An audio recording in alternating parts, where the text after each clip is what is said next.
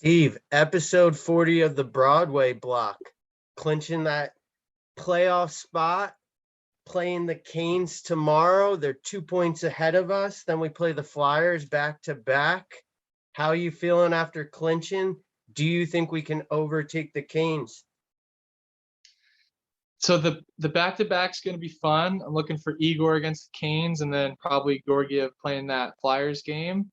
And then we got Detroit that we're going to on Saturday. So I'm excited for the matchup, obviously, but maybe I'm a little bit distracted about what's yet to come. The Canes game is so perfectly timed. Obviously, we're 2 points behind, and kind of in such a unique spot to be challenging for that first place role. The clinch is great, and I think that takes a little bit of a pressure off, but everybody knew it was kind of going to happen, and now we have 9 games to maybe break our President's Trophy season. So it's a lot to look forward to, man. You got teams like the Pens taking undisciplined penalties late down the stretch here and falling apart and losing points in the standings. You got teams like the Caps that are still kind of within striking distance for teams like the Islanders. So it's such a unique spot to be in. It feels so foreign to see everyone else kind of not coming to full form, and us, in my opinion, just hitting that peak where if we can ride this momentum, it kind of feels like one of those Blues stories, man, where out of nowhere this team just starts winning. And plus we got 9 games left, so Kako and Rooney coming back, get them really adjusted, really figure out the lines, what you want. Are you going to put Cop down on that kid's line? Are you going to bring him up? What are you going to do there? Really, and then with Panarin scoring right now, really coming into his prime right before the playoffs. What do you have? 3 points last game? He's shooting there's never more. a doubt. Yeah, you watch Panarin, who scored a 1.34 points per game pace first 2 seasons that he arrived here, and he's at a 1.29 at the moment. I think that right now he's, like you said, just kind of coming into that form. If there was ever a doubt of his season, but he's setting a career high in assists. 88 points. He could hit 100. 100%. There's no, reasonably, if you did the just basic math of when he's been here, he will. That's what should happen. And you got guys like Kreider who have 9 games to score 1 more goal to make it 50. Where he sets, final, who knows? As long as he starts, or continues rather that scoring in the playoffs, I don't think anybody cares what number he actually ends up on.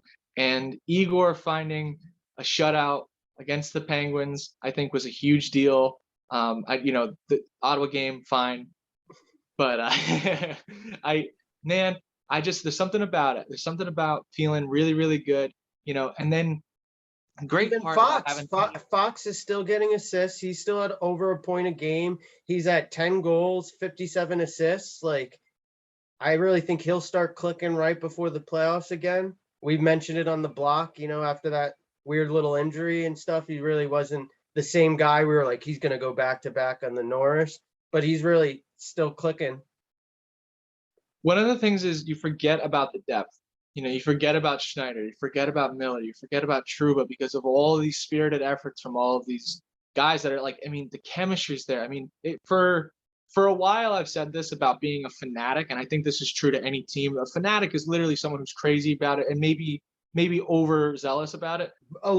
Even a little biased towards it. Yeah, absolutely. I've always been that level of a fanatic, but I think what I'm starting to be now is an actual fan of the team, and not just saying that we're good because we're fun to watch because this is the team that I tune into, but we're good because if you look at it, our power play is good. We're playing much better even strength since the deadline. The acquisitions that we made didn't strip the cupboard, and now we're in a really good position now in seasons after this to add at the deadline and become an absolute threat.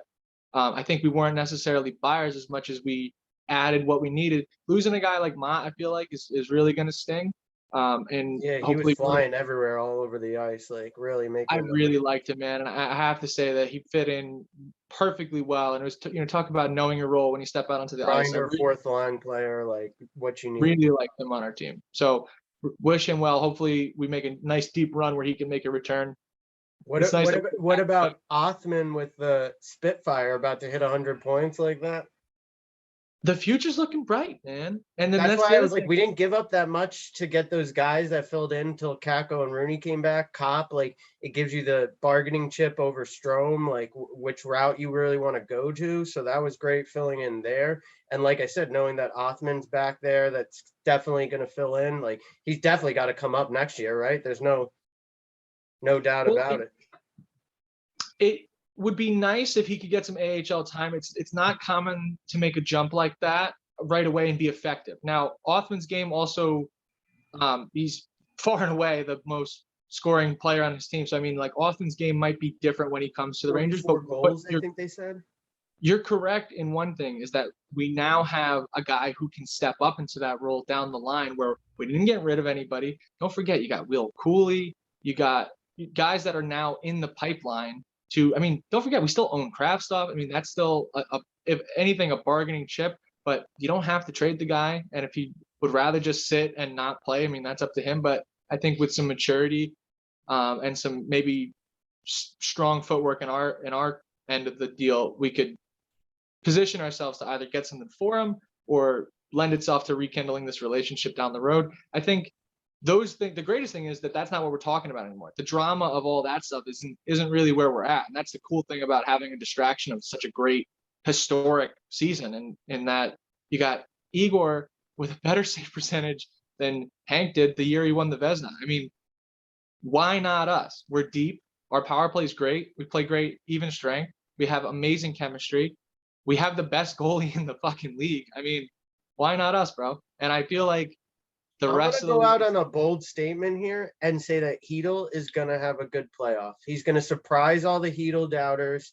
I think that kids line, if they run it, is really gonna click in the playoffs.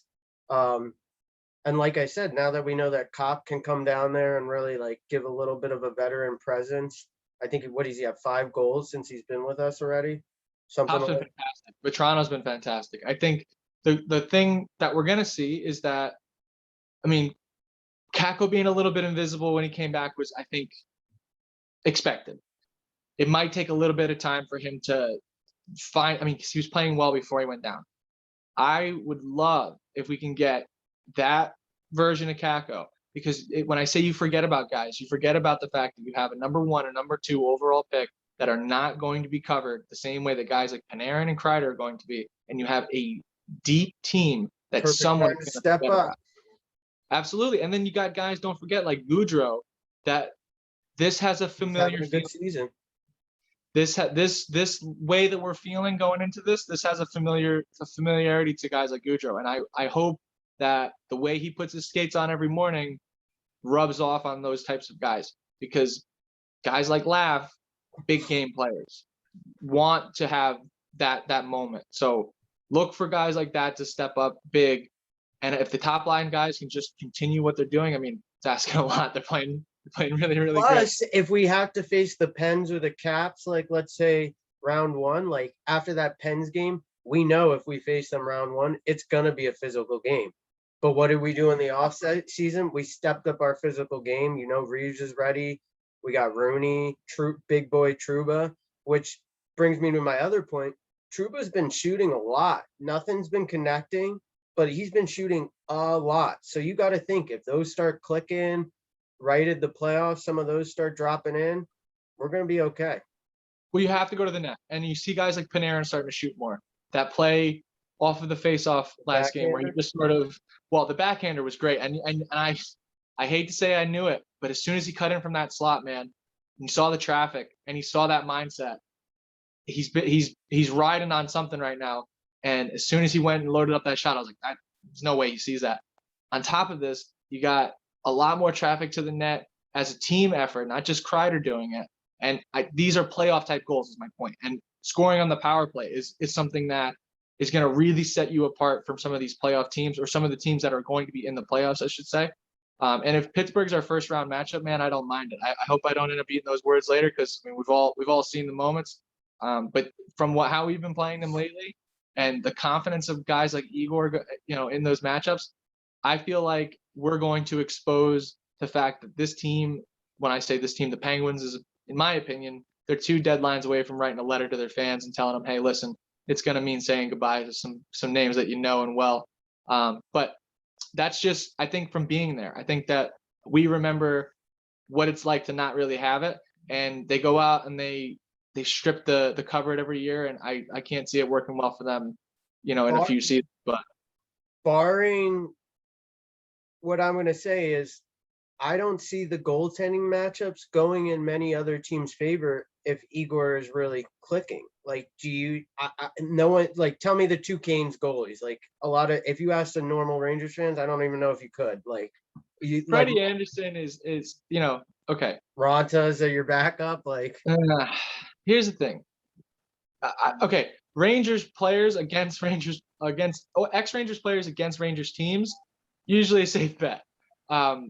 Freddie Anderson as a goalie, as your starter, I think it attributes to the Canes his numbers more than a guy like Igor, because it also is maybe worth mentioning that he is underneath Shesterkin in most numbers, like just right there, second place for most of these numbers. So I think it's worth mentioning that a guy like Igor on his own can bail you out of those situations where I don't know if I have that well, faith. look at the Caps. Like, they still don't know who's their defined one. Like, they've been playing it all year. Vanek and Samsonov. Like, Samsonov's been getting a little bit more starts, but that's still a question mark for them. Same thing like with the Canes. Like, minus Jari, Campbell, you could say, I guess, and Vasilevsky. Like, I think that clicks us ahead of most of the teams in the Eastern Conference with the goaltending matchups, which you gotta like that. And to that credit, I would put Vasilevsky probably in a category not dissimilar from Igor. I would put him much. If there's only two boxes, I think he belongs. Well, with the experience that he has going back to back too, like he's been there before. 100%. Yeah, so that's got to give you confidence. They're obviously a great team overall. Not to say that the Canes aren't. I think that the Canes are a great team, and if we're going to talk about a weak point that might be in goal, and like you said, to your point, not all these teams really have that situation sort of necessarily locked up. Even teams like Minnesota, if you look out west, Binnington's not the number one guy for the Blues anymore. Russo looks great for them. Like, I wouldn't even put him out there. But to that point, there's not that familiarity like you have here, and even Marc-Andre Fleury for the Wild. I mean, look, he just got there. So I don't know if you really have, not that Talbot's not great. I mean, look, the thing is, you have a much different situation now around the league. Scoring is up. You got 40 players that are in that point per game pace line. And I think it lends itself down the stretch that if a lot of teams are scoring a lot of goals, I'd rather have Igor behind us. And if we can score, it's a proven fact, man. We can score 30 or 3 rather, and he can stop 30. I mean, you got a chance every night. And that dude is competitive as it gets. Also, credit to Chris Drury. Like, we know what we have with Gagorgiev back there. Obviously, we wouldn't want him to be like the whole guy for the playoff series, but God forbid something happens to Igor, you know what you're going to get with Gagorgiev. And like, people in the midseason that were hating on him, saying that we should bring up Kincaid. Like, now that we didn't trade Gagorgiev, like, obviously we're making a run at it. So yeah, Kincaid was not the option. Yeah. I don't know, man. It's a weird feeling to have where I have a lot of confidence in us. And then the other thing is, you look at the wins, we fall behind a goal to a team like the Senators. That can really take the wind out of you. But not if you're a good team that's been there before and done this all season. I mean, if we don't have the most come from behind wins, we have the second most. I mean, it's a crazy feeling to know that when your team gets behind, it's all part of it. And how about paying Ryan Reeves against the cap to essentially be a coach? I mean, there's so many things that you forget about on this team where you have veteran leadership and just all the Kreider, as well as no captain. Remember all that you talk about all the. We had a lot of talks about that. Yeah, all that backseat drama, man. Because that's just chatter when there's nothing else to talk about. And I think when you got guys that are about to hit 50 goals, and you got guys that are about to score 100 points, you got a dude that's about to win the Vezina Trophy. Ain't nobody give a shit. All right, it's about winning the Presidents. It's about winning the Stanley Cup. It's not about the future and the rebuild anymore. It's about right now. And ego. I think Yeah, when you don't make a captain, like with those kinds of people, like we said, Panarin could be it. He doesn't want to be it. Kreider could be it. Truba could be it. Like there's a lot of even Reeves, obviously you would never do that, but like, like you said, he's in a leadership role where he's like basically coaching people up. I think you have like 8 right answers. I mean, you could give it to Igor. You could give it to Fox. It doesn't matter. You could give it to Panarin. It just, Panarin, by the way, 18 3-point performances. Insanity. First time since Mark Messier. I mean, he's in elite company across the board. And this is what you forget about when you got guys performing at that clip, is that there's right answers right in front of your eyes. How about laugh next season? Who cares? Nobody cares. It's all about if are they playing well? Are we having fun watching them? You watch some of these clips, man, of them in the locker room. This is a fun team to watch. I don't even care about how they're performing half the time. Yeah, they look like they're just having fun out there. Absolutely. And then not feeling so bad when the loss happens and knowing that we can just kind of like brush it off. And we're one of the strongest teams rebounding off of a loss this year. And I think it's just a testament to that overall team mentality. So really looking forward to the playoffs, man. And it will be a good test against the Canes tomorrow night, so we'll see. Absolutely, man. All right, Let's go, thanks, Steve. Thanks, brother. See you later. Take care.